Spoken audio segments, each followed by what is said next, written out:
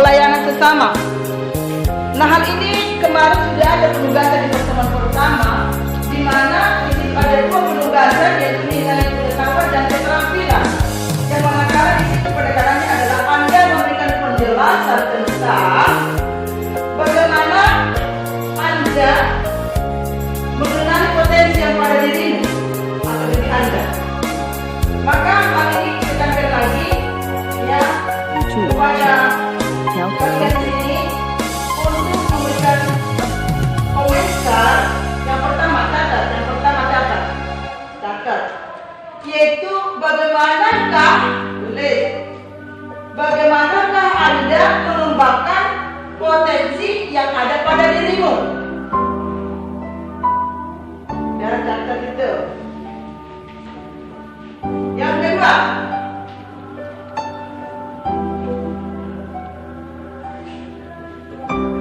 sudahkah Anda mengenal potensi yang ada pada diri masing-masing? Sudahkah Anda mengenal potensi pada diri masing-masing? Kalau sudah, katakan iya dan berikan alasan. Dan bagaimana Anda mengembangkan potensi itu untuk pelayanan sesama. Nomor 3, diskusikan dengan beberapa temanmu. Bagaimana caranya mengembangkan dirinya untuk pelayanan. Ya. Teman siapa? Oh, harus di sini bercek semuanya. Bukan. Terlambat. Nah, mana ibu punya? Kamu nanti terlambat. Ibu punya lagi. Yang ini kita lagi. Sana apa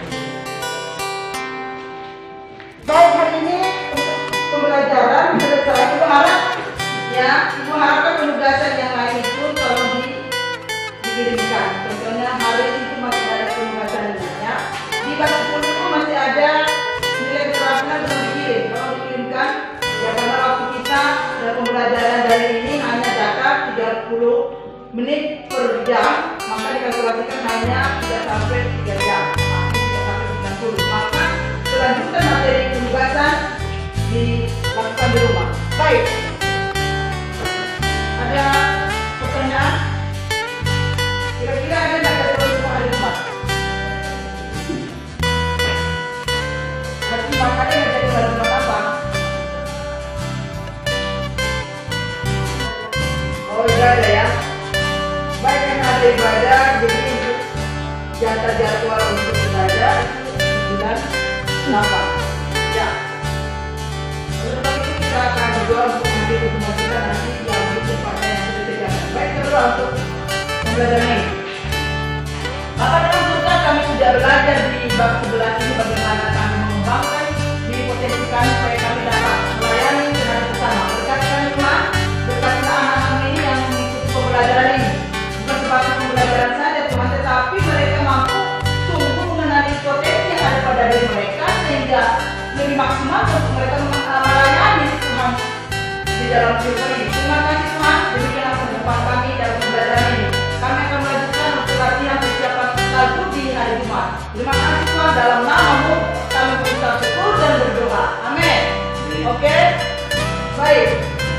Bukunya dikumpulkan, kita mengambil tempat yang sudah disediakan.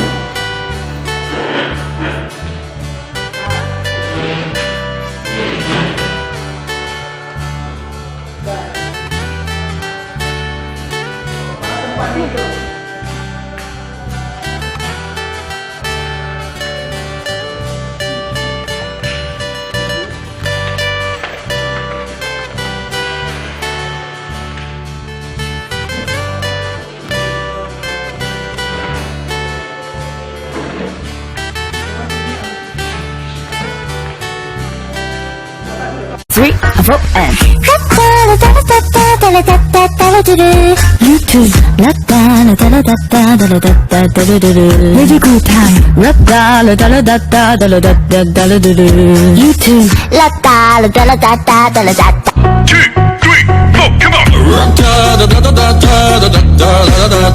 Your turn.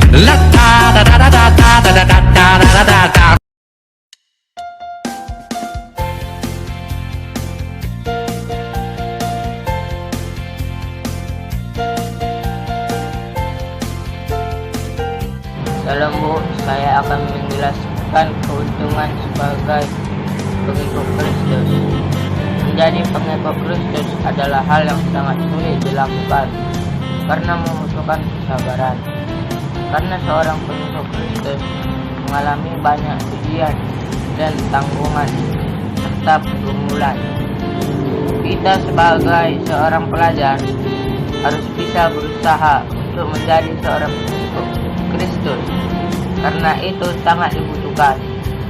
Karena ketika mengalami atau kesulitan, contoh dalam proses belajar, kita harus paham atau mengerti. Kita harus bisa yakin atau percaya dan menyerahkan masalah kita kepada Tuhan. Maka Tuhan akan memberikan jalan keluar dan membantu kita. Yang penting yakin dan percaya, dan kita tidak boleh putus asa, maka Tuhan akan membantu kita. Itulah maknanya bagi kita sebagai pengikut Kristus. Shalom teman-teman. Shalom. Dan pemirsa dimanapun Anda berada, marilah kita beribadah, karena dalam beribadah kita dapat dikuatkan dan diteguhkan di dalam Tuhan. Persiapkanlah hati dan pikiran kita semua supaya kita dapat memuji dan memuliakan nama Tuhan dengan baik. Marilah kita nyanyikan pujian kita yang pertama, segala puji syukur.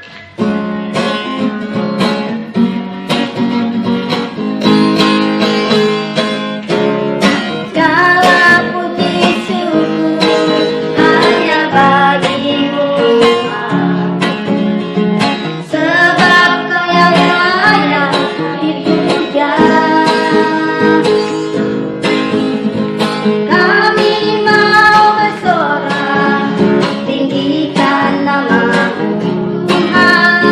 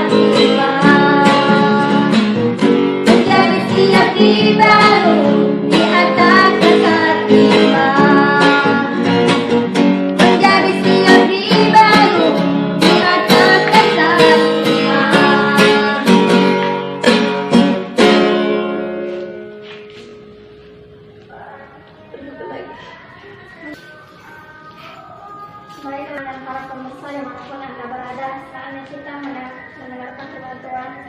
Oleh sebab itu, persiapkanlah hati dan pikiran Anda supaya firman Tuhan dapat masuk. Marilah kepujian yang berkata, Kaulah kekuatanku. Kaulah kekuatanku. Kaulah kemuliaanku. Kaulah segalanya. Katakan, Kaulah kekuatan. Kaulah kekuatanku. Kaulah kemuliaanku. Kaulah segalanya. Yesus, domba Allah, mulia namamu. Yesus, domba Allah, mulia namamu. Saudara dan pemirsa dimanapun Anda berada, menjalani hari-hari di masa Covid ini tidaklah mudah. Oleh sebab itu mari kita datang kepada Tuhan untuk berseru menyerahkan kepada Tuhan segala kehidupan kita. Karena tidak ada kekuatan kita untuk hidup dalam dunia ini. Tanpa Tuhan kita pasti akan hanyut dan terbawa arus. Oleh sebab itu mari dengan pujian ini kita berkata, Engkaulah menjadi kekuatan kami. Mari kita puji Tuhan dengan sungguh-sungguh. Engkaulah kekuatanku, Engkaulah kemuliaanku, Engkaulah segalanya. Engkau permata yang indah, tak pernah melepaskan. Engkaulah segalanya. Katakan, Yesus, domba Allah, mulia namamu. Yesus, domba Allah, mulia namamu. Mulia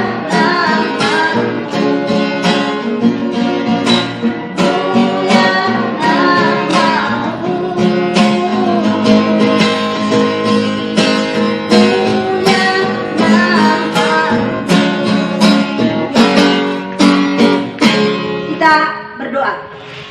Kita berdoa. Bapa dalam surga, pujian ini menyatakan bahwa penyerahan hidup kami sungguh kepada Tuhan. Kami menyadari akan keterbatasan kami sebagai manusia.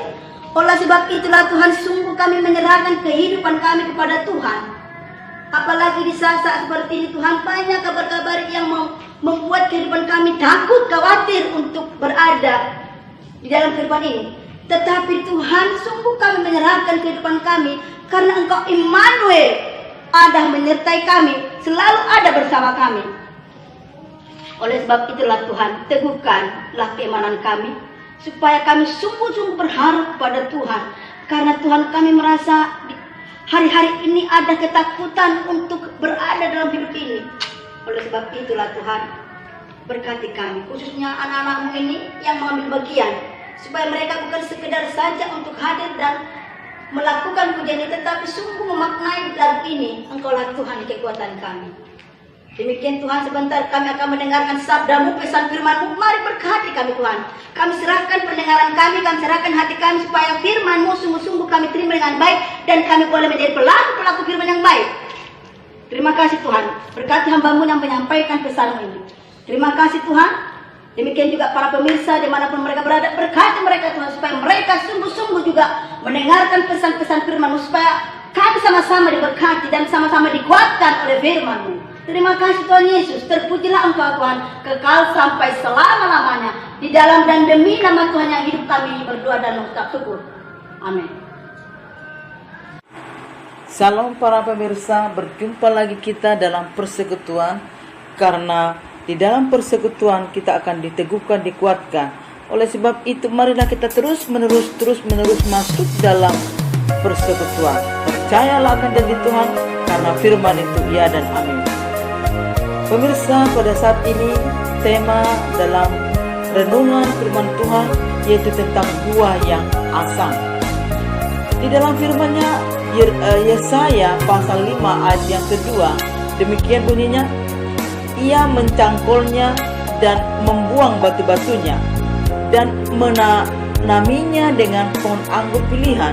Ia mendirikan sebuah menara jaga di tengah-tengahnya dan menggali lubang tempat memeras anggur, lalu dinantinya supaya kebun itu menghasilkan buah anggur yang baik. Tetapi yang dihasilkannya ialah buah anggur yang asam. Demikian bunyinya. Menjadi pertanyaan di sini, mengapa pohon anggur ini menghasilkan buah yang asam? Tentu ada sebabnya. Tentu ada sebabnya dengan hal ini. Maka mari kita belajar daripada firman-Nya di sini. Kebun anggur digambarkan sebagai kiasan tentang Israel dalam Perjanjian Lama. Kiasan ini muncul lagi dalam Yeremia pasal yang ke-12 ayat 10 dan Mazmur pasal yang ke-80 dalam Perjanjian Baru. Kiasan ini muncul dalam perumpamaan tentang penggarap-penggarap kebun anggur yang jahat. Berarti hanya mau instan, mau berkatnya saja, tetapi tidak mau dalam proses, tidak mau masuk di dalam satu penuntunan. Kebun anggur yang jahat. Dan dengan penyesuaian muncul dalam khotbah Tuhan Yesus, ditekankan di sini bahwa Tuhanlah pokok anggur yang benar.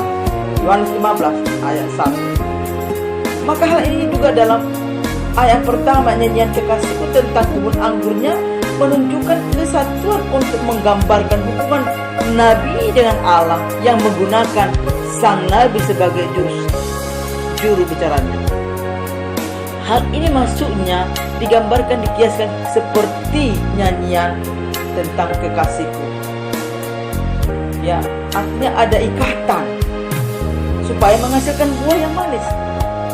Ya, Allah sebagai pemilik kebun anggur kecewa terhadap segala dosa yang dilakukan oleh Israel.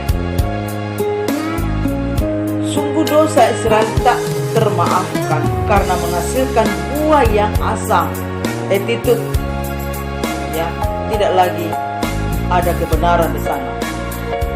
Padahal Allah telah memberikan semuanya, kemudahan berupa tanah yang baik dan subur.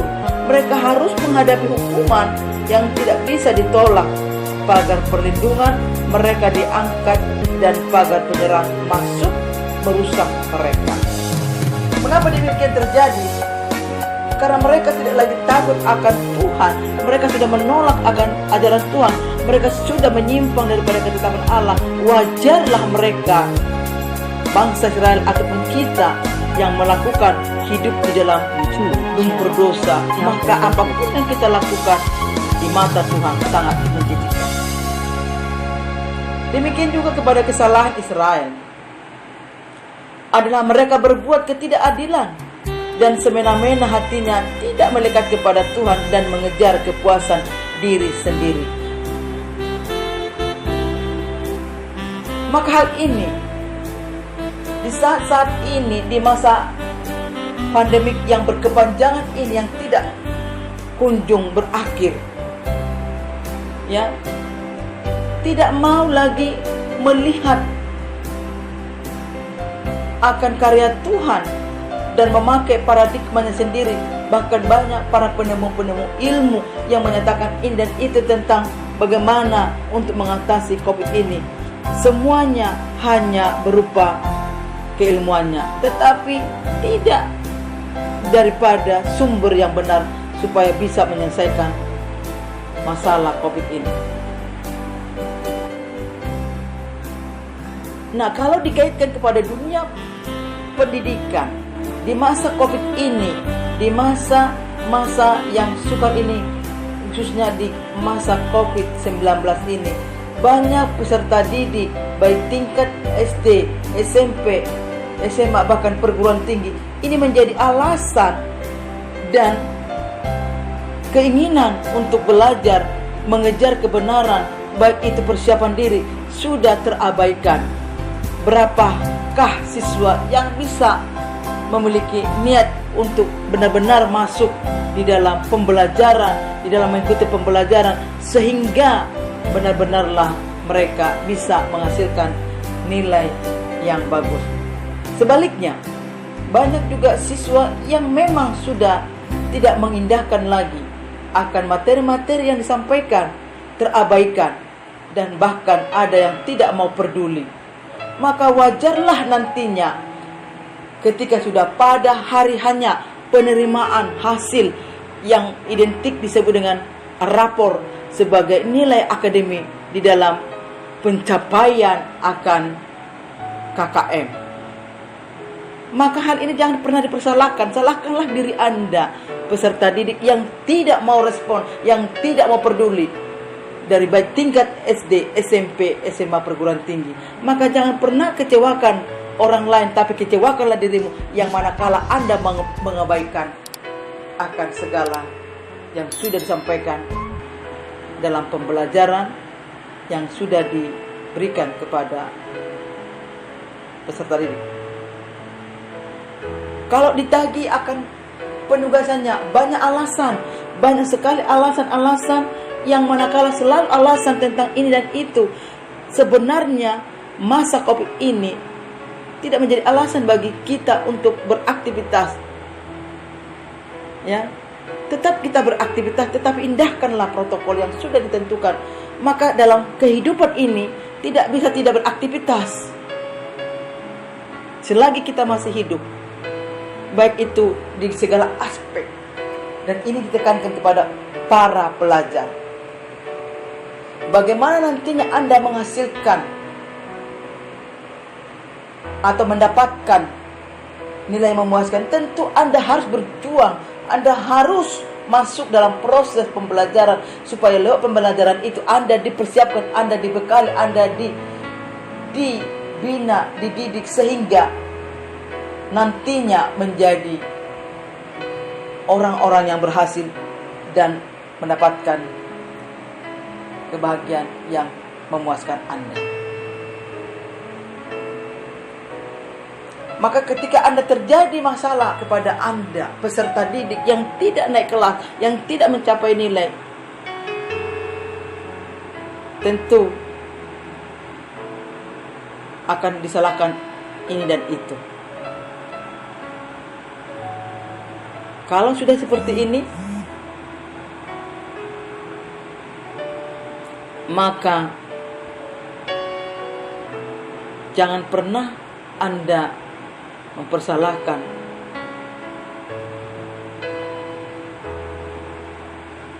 orang lain, tetapi salahkanlah pribadi Anda yang memang Anda tidak mau meresponi. Bukankah demikian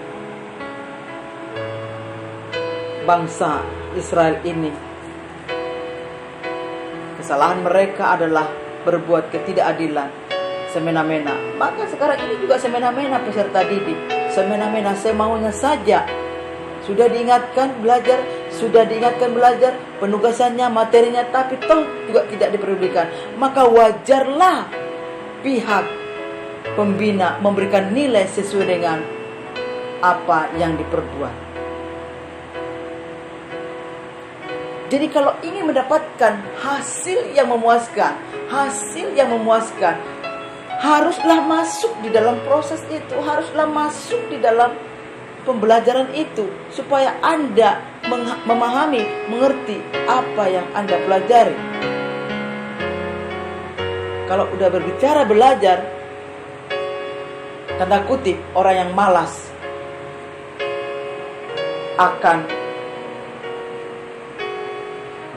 berpikir, memalingkan pikirannya, memalingkan telinganya, karena menurut dia tidak memuaskan keinginannya.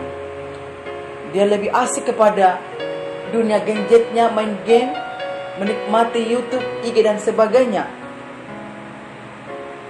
Maka pastilah hal ini sudah tidak mencapai suatu keberhasilan yang baik, dan tentunya identik menjadi menghasilkan buah yang asam. Kenapa menghabiskan biaya desa? Memang hal ini di dalam proses pembelajaran penuh dengan biaya, penuh dengan pengorbanan. Bagaimanapun hal ini di dalam kegiatan pembelajaran pasti di saat-saat ini memang dibutuhkan biaya. Demikian juga Anda ketika Anda main game, melihat tayangan YouTube dan berbagai media yang lain, perlu juga dana. Maka kedua hal ini ada dua versi yang bermanfaat dan tidak berguna. Maka hal ini saya aplikasikan pada kehidupan kita. Hasilkanlah buah-buah pertobatan dalam hidup kita sebagai bukti bahwa kita adalah orang-orang yang sudah diselamatkan. Maka hal ini kepada peserta belajar, tinggalkanlah dunia gamemu, utamakanlah pembelajaranmu, utamakanlah materi pembelajaranmu, supaya kamu bisa menjadi generasi-generasi yang tangguh di era ini, yang mampu untuk meneruskan pembangunan bangsa kita khususnya. Maka dengan ini diperlukanlah kesadaran, diperlukanlah keseriusan kepada peserta didik mulai dari tingkat rendah sampai tingkat tinggi, yaitu universitas atau mahasiswa. Mari utamakanlah dunia pendidikanmu, pembelajaranmu, supaya Anda menjadi generasi yang tangguh untuk membangun bangsa kita ini. Maka hal itu, jika saudara ingin menghasilkan buah yang asam, baik yang baik tergantung pilihanmu. Hal ini saya mengajak, hasilkanlah buah yang baik, yaitu melalui pertobatan Anda, tindakan Anda, sikap Anda untuk hal yang positif. Maka hal ini dibutuhkanlah disiplin diri, dibutuhkanlah suatu keputusan yang baik supaya bisa mendapatkan keberhasilan yang baik, dan tentunya di sini akan dapat buah yang manis. Dapat juga diibaratkan seorang petani yang bekerja keras haruslah yang pertama menikmati hasil usahanya. 2 Timotius 2 ayat 6. Maka untuk mendapatkan hasil yang baik dan memuaskan, dituntut adalah disiplin. Tanpa disiplin, kesuksesan hasil yang baik adalah sesuatu yang mustahil. Maka peserta didik ditekankan kembali, disiplinlah dalam belajar supaya kesuksesan adalah bagian dari kehidupan di masa yang akan datang. Demikianlah firman Tuhan. Mari kita berdoa. Bapa di surga, terima kasih buat penyampaian firman Tuhan ini. Jadikanlah Tuhan kami orang-orang yang mengambil keputusan untuk memiliki suatu sikap tindakan yang benar, supaya kami mampu menghasilkan buah yang baik, dan tentunya itu kesuksesan yang manakala menjadi berkat bagi banyak orang. Terima kasih Tuhan Yesus. Biarlah penyampaian ini Tuhan singkapkan bagi setiap kami, siapapun yang mendengarkan, supaya kami semakin hari semakin memahami firman-Mu, dan biarlah kami Tuhan mampu karena dimampukan Roh Kudus untuk memahaminya dan melakukan firman ini. Terima kasih Tuhan Yesus, berkati kami semua, berkati peserta didik, siapapun yang mengikuti tayangan ini atau mendengarkan tentang firman ini, mengalami perubahan yang ke arah positif. Terima kasih Tuhan Yesus, terpujilah Engkau Tuhan, kekal sampai selama-lamanya. Di dalam nama-Mu kami mengucap syukur dan berterima kasih buat firman-Mu. Amin.